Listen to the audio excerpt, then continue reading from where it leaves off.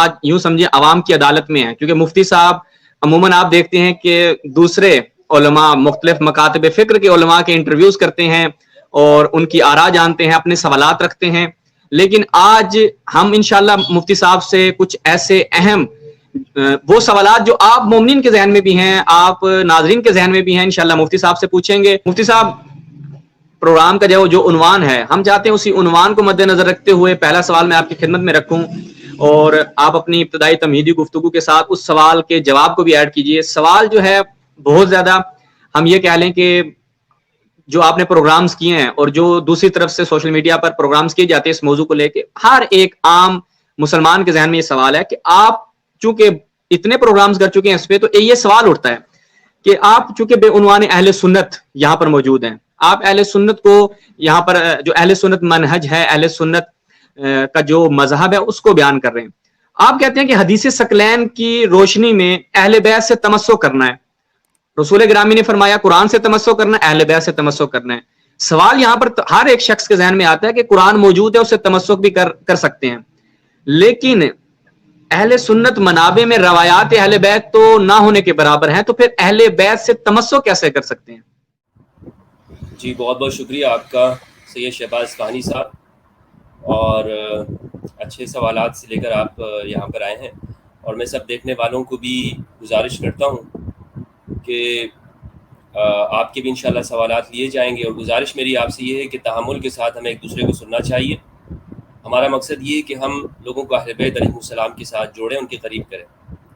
دیکھیں، مختلف فرقے موجود ہیں، مختلف نظریات، افکار و خیالات ہمارے ہاں معاشرے میں پائے جاتے ہیں، اور ضروری نہیں ہے کہ آپ میری ہر بات سے متفق ہوں، اور یہ بھی ضروری نہیں کہ میں آپ کی ہر بات سے متفق ہوں۔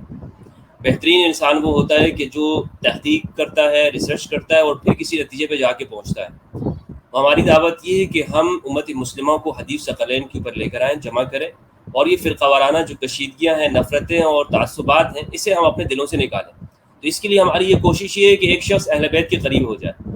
ہمارا مقصد قطعاً ہرگز یہ نہیں ہے، میرا تو یہ نہیں ہے کہ میں کسی خاص فرقے کے اندر لوگوں کو شامل کروں، یا میری کوئی کسی خاص فرقے کے لیے کوئی ہمدردی یا دعوت ہو، ایسا ہرگز نہیں ہے۔ لیکن یہ بات ضرور ہے کہ میں اپنے آپ کو اہل سنت والجماعت کا ایک فرد مانتے ہوئے اہل البیت علیہ السلام، قرآن اور ثقلین، ان کی اتباع کے لیے اپنے آپ کو تیار پاتا ہوں، اور جب مجھے کوئی بھی ایسا قول جو اہل البیت علیہ السلام کے بارے میں مجھے مل جائے تو وہاں میرا سر جھک جاتا ہے۔ اور ہر انسان، ہر مسلمان جو اس بات پر یقین اور ایمان رکھتا ہے کہ نبی صلی اللہ علیہ وآلہ وسلم ایک کامل دین چھوڑ کر اس دنیا سے گئے ہیں، پردہ فرمائے ہیں، تو اس کے اوپر ضروری ہے کہ وہ اہل بیت علیہ السلام کی تعظیم و توقیر کریں اور پورے دین کو لیں، جو کہ نبی صلی اللہ علیہ وآلہ وسلم نے مختلف مقامات کے اوپر حدیث ثقلین کا بیان کیا ہے۔ اب یہاں پر جو سوال عموماً پیدا ہوتا ہے کہ ہم مثلاً ایک سنی افراد، اور مجھ سے خاص طور پر ہمارے اہل سنت افراد، چونکہ بہت سارے دوست یہ کہتے ہیں مفتی صاحب دیکھیں کہ اگر آپ اس مسئلے میں متفق ہیں یا آپ یہ بات کرتے ہیں اہل بیت کی، تو آپ ایک مخصوص فقہ کیوں نہیں اپناتے، مخصوص طرز عمل کیوں نہیں اپناتے، مخصوص فقہ کے اندر کیوں نہیں آ جاتے۔ یہ سوال بہت اہم ہے۔ اس سوال کو میں اس لیے، اس کو تو بعد میں خیر ہم ایڈریس کریں گے، لیکن یہ بات جاننا ضروری ہے میرے بھائیوں کہ ہمارے اہل سنت والجماعت کے اندر اور ایک شیعہ عام فرد میں یا شیعہ خاص فرد میں بہت فرق ہے۔ کس اعتبار سے فرق ہے؟ مثلا ہماری جو تربیت ہوتی ہے، ہمارے جو گھر کا ماحول ہے، ہمارے جو بڑے ہیں، ہمارے جو اساتذہ، ہمارے جو مدارس ہیں، ہمیں جو چیز تعلیم دی جاتی ہے وہ ہے صحابہ کرام رضوان اللہ علیہم کی محبت، ان کی اتباع، ان کی پیروی کرنا۔ اس میں کوئی شک و شبہ نہیں ہے کہ ہماری جو تربیت ہوئی ہے، ہمیں جس طریقے سے پالا گیا ہے، جس طریقے سے ہم بڑے ہوئے ہیں، تو وہ یہی سن کے ہوئے ہیں صحابہ کرام رضوان اللہ علیہم کے فضائل، اور اس بات کو کہ ہماری زندگی کے اندر ان کا نمونہ نظر آنا چاہیے۔ تو جبکہ شیعہ کا معاملہ اس سے الگ ہے۔ شیعہ فرد، شیعہ بچہ، شیعہ نوجوان، ان کے مدارس، ان کا ماحول، ان کا معاشرہ، ان سب کو شروع سے لے کر آخر تک اہل بیت علیہ السلام کے بارے میں بتایا جاتا ہے۔ تو اس لیے اگر ایک سنی سے آپ بات کریں گے تو آپ پہلے ہی اس سے یہ مطالبہ نہ کر بیٹھیں کہ جناب آپ بتاؤ کہ اہل بیت علیہ السلام کی آپ کی زندگی میں کیا اہمیت ہے، کیونکہ اسے اتنا نہیں بتایا گیا۔ اس لیے میں یہ سمجھتا ہوں کہ ہمارے ہاں سنی معاشرے کے جو نوجوان ہیں، انہیں اس بات کے اندر ہمیں اپنا پیغام پہنچانا چاہیے، اور یہ تان و تشنیع نہیں کرنی چاہیے کہ بھئی اہل سنت کے لوگ وہ تو گویا کہ اہل بیت سے بغض کرتے ہیں. نہیں، بات یہ نہیں ہے. بات یہ کہ انہیں بتایا نہیں جاتا. جس طرح کہ ہمارے ہاں شیعہ لوگوں کے جو معاشرہ ہے وہاں پر صحابہ کا اس طرح تذکرہ نہیں ہوتا جس طرح ہمارے ہاں ہوتا ہے. تو یہ فرق سمجھنا ضروری ہے. اب سوال یہ شہباز بھائی جو آپ نے سوال کیا ہے کہ روایات تو بہت کم ہے، تو پھر کس طرح سے اتباع اور پیروی کی جائے گی. اس میں کوئی شک و شبہ نہیں ہے کہ ہمارے ہاں اہل سنت منہج کے اندر اہل البیت علیہم السلام سے اس طرح روایات نہیں لی گئی ہیں کہ جس طرح دیگر افراد سے لی گئی ہیں. اس کے کیا اسباب ہیں، کیا وجوہات ہیں؟ اس کے لیے آپ کو تاریخ میں جانا پڑتا ہے.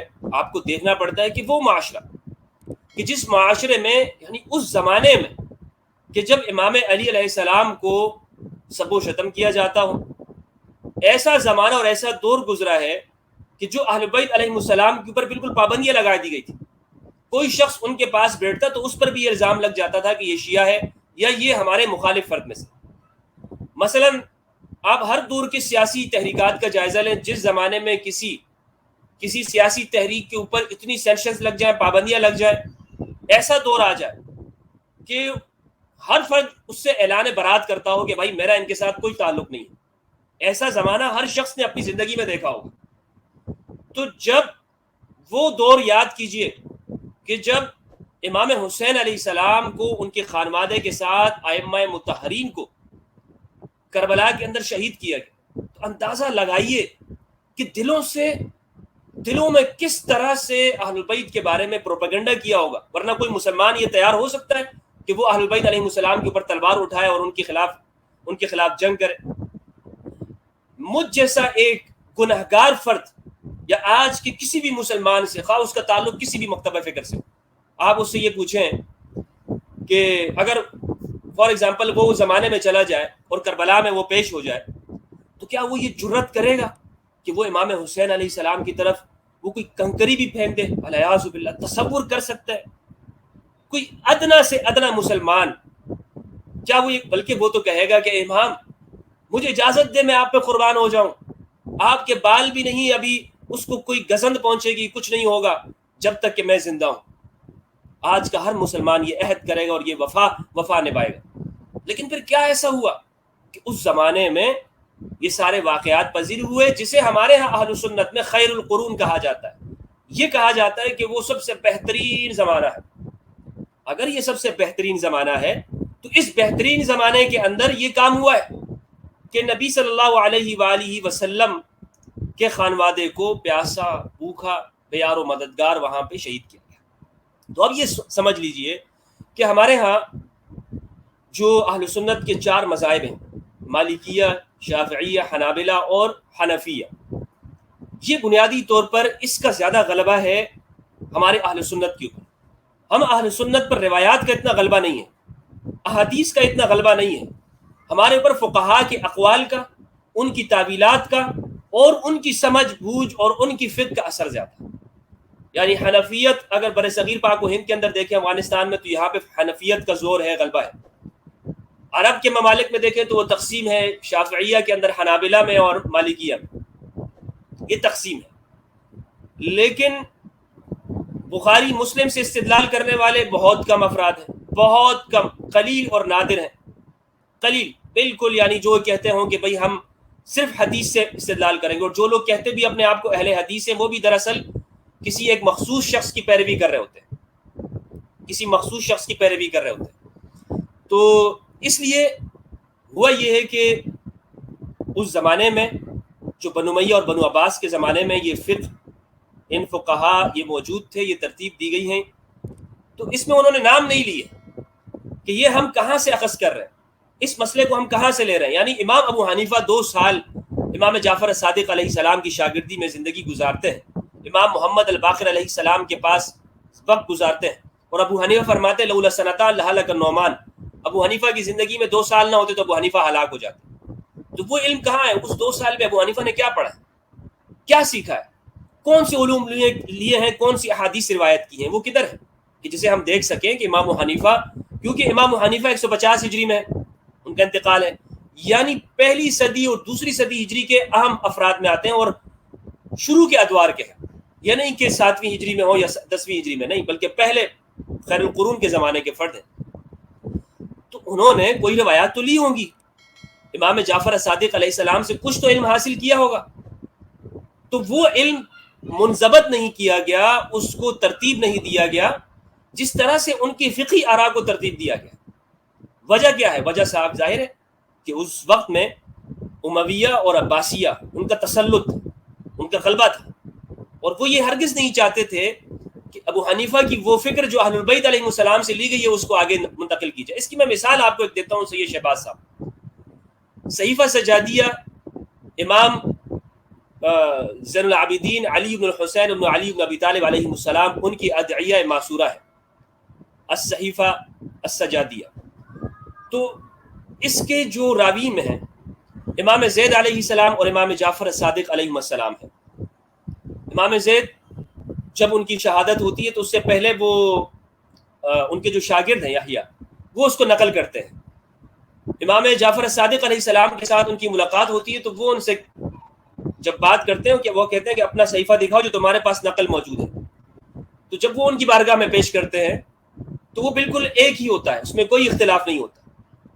وہ کہتے ہیں کہ مجھ سے یہی صحیفہ زید انہوں نے بھی مانگا تھا لیکن انکار کیا تھا. کیوں انکار کیا تھا؟ اس کی وجہ لکھتے ہیں، اس کی وجہ یہ ہے، بیان یہ کی جاتی ہے کیونکہ امام جعفر صادق علیہ السلام سمجھتے ہیں اور یقین ان کو پتہ ہے کہ حالات کس طرح سے، وہ صاحب بصیرت فرد ہیں، کہ یہ لے لیا جائے گا، اس کو چھین لیا جائے گا، اور بنو امیہ کے پاس اگر یہ پہنچ گیا تو وہ اس کو چھپا دیں گے. وہ علوم کو چھپاتے تھے، جو یعنی یہ خوف موجود تھا کہ بنو امیہ کے پاس اگر یہ چیز جائے گی تو پھر تو یعنی وہ اہل بیت علیہ السلام کی علوم کو محو کر دیتے ہیں، اس کو مٹا دیتے ہیں. تو یہی حال اس کتاب کے ساتھ بھی ہوگا، اس صحیفے کے ساتھ بھی ہوگا.